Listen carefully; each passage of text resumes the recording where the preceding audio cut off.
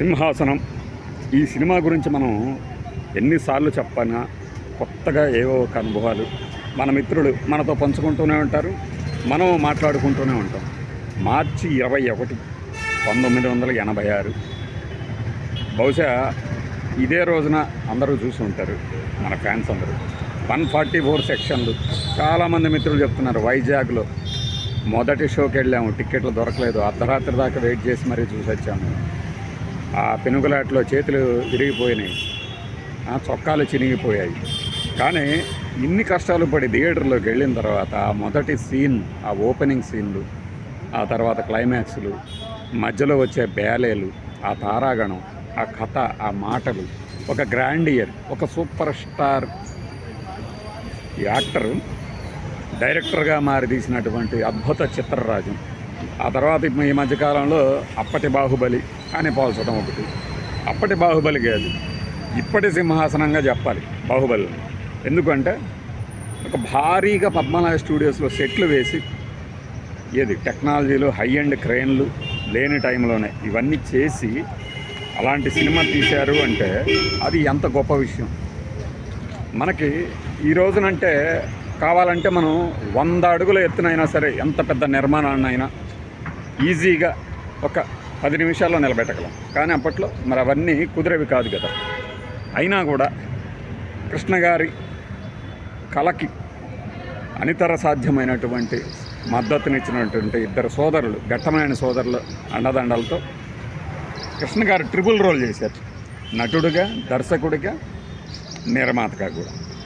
అదే సమయంలో ఇందులో నటించిన తారాగణం బహుశా ఇండస్ట్రీలో ఉన్న నటులలో ఒకళ్ళిద్దరు తప్పితే అందరూ ఉండొచ్చు. ఆ పాటలు కానీ, ఇప్పుడు తెలుగు నేటివిటీ తెలియని మ్యూజిక్ డైరెక్టరు మీకు తెలుగు తగిన ట్యూన్ ఏమిస్తాడు అంటే ఆ మ్యూజిక్ డైరెక్టర్తోనే అజరామరం అనిపించినటువంటి ఆ పాటలను అందించిన ఘనత బప్పిలహరి కృష్ణ గారికే దక్కుతుంది. ఆ పరిచయం చేసిన ఘనత. ఆకాశంలో ఒక తార, అలానే ఇది కలయని నేను అనుకోనా, ఇది కలయని నేను అనుకోనా అనే ఒక పాట మీరు వినండి. ఈరోజు కూడా ఎంత సూతింగ్గా ఉంటుంది. మనకి యూట్యూబ్లో ఇప్పుడు ఒక జస్ట్ 3 మినిట్స్ వినండి, నిద్రలోకి జారుకోండి అంటారు. అలాంటి ట్యూన్ అనమాట. ఈ 5-6 నిమిషాలు ఉంటుంది పాట. మీరు పెట్టుకోండి, హాయిగా నిద్ర ఉపక్రమించండి, వెంటనే నిద్రలోకి జారిపోతుంది. ఆ యొక్క లైటింగ్ టెక్నాలజీని, అప్పుడు వాడుకున్నటువంటి డిజాల్వ్ టెక్నాలజీని వాడుకొని ఎంత చక్కని ఒక కళల లోకంలో ఉన్నట్టు ఇద్దరు, ఒక రాజకుమారుడు, రాజకుమారి విహరిస్తున్నటువంటి ఆ పాట చిత్రీకరణ నా భూతో నా భవిష్యత్ అని చెప్పాలి. ఆ తర్వాత అదే కోవలో మన పొడుగుదిద్దిన కాపురంలోనే బహుపరాకు మహారాణి అనే ఒక పాటను తీయాలని ట్రై చేశారు, కానీ ఆ స్థాయిని అందుకోలేకపోయింది. రెండింటికి కృష్ణ గారి డైరెక్షన్. ఒక జానపద సినిమా కృష్ణ గారు ఈ మార్చి నెలలోనే మన కర్తీయుద్ధం కాంతారావు గారితో కలిసి చేశారు, ఇద్దరు మనగాళ్ళు. అది ఆయనకు ఫస్ట్ మల్టీ స్టార్ అని చెప్పుకోవచ్చు, అప్పటికి స్టార్ కాకపోయినా కూడా. కానీ అదే జానపద సినిమాని తాను డైరెక్ట్ చేస్తానని ఆయన అనుకొని పోయి ఉండొచ్చు. Vizag 70mm first 100 days cinema ఎన్ని చోట్ల ఎంత డబ్బు కలెక్ట్ చేసిందనేది మనం లెక్క పెట్టలేము. అప్పటి కలెక్షన్లో మొదటి వారానికే ఆ ₹1,00,00,000 దాటినటువంటి ఆ కలెక్షన్ల ఫిగరు. నేను మా ఊరు నరసరావుపేట దగ్గర కుంకలగుంటలో ఇలాంటి ఒక అరుగు మీద అప్పట్లో న్యూస్ పేపర్లు కూడా చాలా తక్కువ మంది కొనేవాళ్ళు. వెళ్ళాయి, ఒక ఊరికి న్యూస్ పేపర్ వెళ్ళాలంటే ఆర్టీసీ బస్సులో వేసి పంపించేవాడు.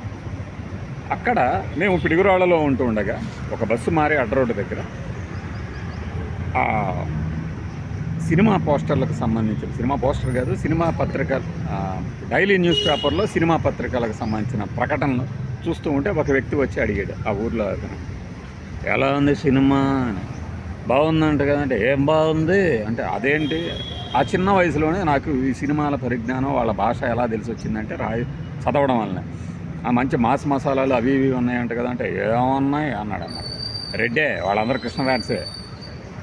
కానీ సినిమా బాగానే ఉంది, కానీ టాక్ కనుక్కోవడానికి అన్నట్టుగా ఆ పిచ్చితనపు పల్లెటూరు యువకుడు కూడా అడిగాడు అన్నమాట. అవహవాని యవ్వనం కానీ మందాకిని గారిని తీసుకొచ్చి తెలుగు సినిమాల్లో నటింపజేయాలనే ఆ గ్రాండియర్ ఆలోచనలు హ్యాట్స్ ఆఫ్ కదా. ఈ రోజునంటే తెలుగు సినిమా హీరోయిన్ల కన్నా హిందీ సినిమా హీరోయిన్ల, తెలుగు సినిమా హీరోయిన్లుగా మనకి చలామణి అవుతున్నారు. జయప్రద గారు అప్పటికే ఒక టాప్ స్టార్ ఆమె, మందాకిని, రాధ, అలానే గుమ్మ గుమ్మ ఓ ముద్దు గుమ్మ నా ముద్దులివ్వమ్మ అనే ఒక పాటలో నలుగురు నర్తకులు, వ్యాంప్ క్యారెక్టర్లు వేసుకునేవాళ్ళు నలుగురు, వాళ్ళకి ఆ ఉపాధి కల్పించినట్టు. అప్పటికే అలాంటి పాటలకి ఆదరణ చెల్లిపోయింది. కానీ జానపద సినిమాల్లో అలాంటి పాత్ర అంటే ఒక సోషలైజ్డ్ గోన గన్నారెడ్డి అనే ఒక క్యారెక్టర్ని బేస్ చేసుకొని కాకతీయ రుద్రమదేవికి సాయం చేసే గోన గన్నారెడ్డి లాగా మన విక్రమసింహుడి క్యారెక్టర్ని, అలకనందాదేవినేమో రుద్రమదేవి క్యారెక్టర్ని చేసిన సినిమా ఇది. సోషలైజ్డ్ దాన్ని ఫోక్ రోల్ క్యారెక్టర్లు రూపం ఇస్తే ఎలా ఉంటుంది అని త్రిపురనేని మహారథి గారు తయారు చేసిన కథ ఇది. ఇందులో ఒక క్యారెక్టర్ కూడా చేశారు ఆయన. అలానే అంజాద్ ఖాన్ గారిని తెలుగులో నటించడం ఇదే ఫస్ట్ టైము. దానికి నూతన్ ప్రసాద్ గారు డబ్బింగ్. అట్లానే ఉగర్రాహుగా గిరిబాబు, మన ప్రభాకర్ రెడ్డి గారు, సత్యనారాయణ గారు, రాజమాతగా వహీదా రెహమాన్, అప్పుడెప్పుడో బ్లాక్ అండ్ వైట్ కాలంలో ఉన్నావిడ ఆ తర్వాత తెలుగుకి మళ్ళీ రీఎంట్రీ ఇవ్వడం అదే సినిమా. కాంతారావు గారు అంటే ఒక అంత గ్రాండియర్ సినిమా ఈరోజు తీస్తే ఆ క్యారెక్టర్ ఆర్టిస్టులు అంత ఇమేజ్ ఉన్నవాళ్ళు దొరకరు.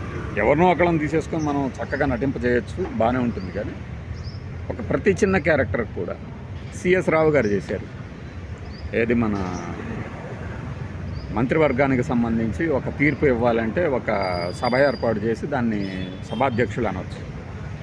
సిఎస్ రావు గారు అక్కడ ఒక డైలాగ్, అప్రస్తుతమైన ఒక ప్రశ్న, ఆ సమయంలో మీరు ఎందుకు అటువైపుగా వెళ్ళారు అని. ఇది విక్రమసింహుడి క్యారెక్టరు జయప్రదను చంపడానికి వచ్చింది అని చెప్తున్నప్పుడు ప్రభాకర్ రెడ్డి అండుకో వాళ్ళందరినీ పట్టుకున్నప్పుడు మీరెందుకు వెళ్ళారు అటు అంటే ఆయన లీడ్ చేస్తారు అక్కడ. అలానే ఇక కృష్ణ గారు విక్రమసింహుడి క్యారెక్టర్లో సైన్యాధ్యక్షుడే కాకుండా ఆయన దేశ బహిష్కరణ విధించినప్పుడు అనుకోని సంఘటనల ద్వారా ఆయన జరిపే యుద్ధం రకరకాల కాళ్ళకు గంతలు కట్టుకొని కావచ్చు, గుర్రం మీద కావచ్చు, డూపే ఉంటుంది చాలా చోట్ల. అయినా సరే కృష్ణ గారే చేశారని మన అభిమానులు అనుకోవటం, అలా ఎడిటింగ్ చేయటం. దీనికి ఫైట్స్ వీరు దేవగన్, మన అజయ్ దేవగన్ గారి తండ్రి.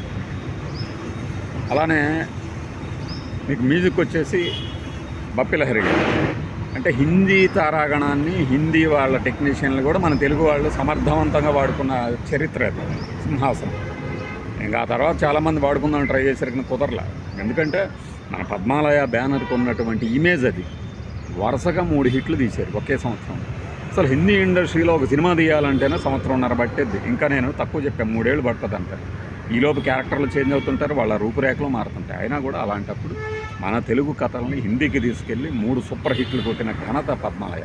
ఈ రోజుకి పద్మాలయ శేషగిరిరావు గారు అంటే నమస్కారాలు పెడతారంట హిందీ ఇండస్ట్రీలో తెలిసిన వాళ్ళు. అది మన పద్మాలయ బ్యానర్కు ఉన్న ఘనత.